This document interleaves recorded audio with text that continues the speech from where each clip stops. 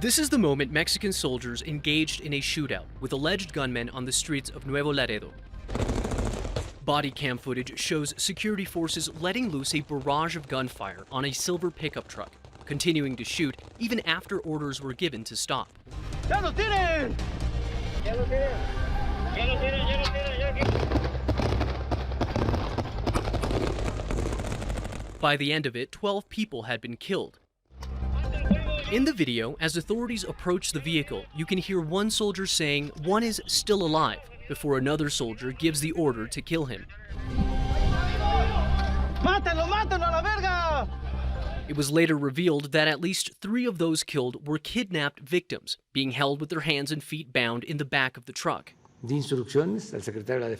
I have instructed the Defense Secretary to investigate, because we will not allow these practices. This is how things were done in the past. Experts say worsening insecurity in Mexico has made the job of the armed forces more dangerous than ever, but worn excessive force by some soldiers often leads to the deaths of unarmed civilians. What an extrajudicial killing shows is a lack of rule of law.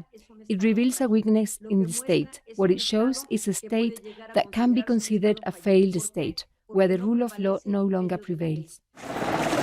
In recent years, smartphone cameras and surveillance video have increased the visibility of abuses by armed forces, like this 2017 video of a soldier in Palmarito shooting an unarmed civilian in the head point blank. Cases like these have painted a troubling picture of systemic misconduct within the ranks of the Mexican military. Mounting allegations of abuse have led to increased pressure from human rights organizations for Mexico's government to apply the highest international standards when investigating cases of misconduct. Forced disappearances, extrajudicial killings, violence from cartels, and violence from the military. These are not new problems for Mexico. But Mexico's president did recently say that the United Nations would be allowed to intercede in the country without limitations on all matters related to human rights.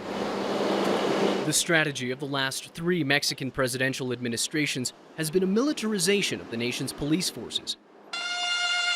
The most recent example was the creation of a 60,000-member National Guard, which deployed nationwide just last year. But critics point out the data on violence and insecurity in the country suggests more boots on the ground has not meant less violence on the streets. Manuel Rapalo, Al Jazeera, Mexico City.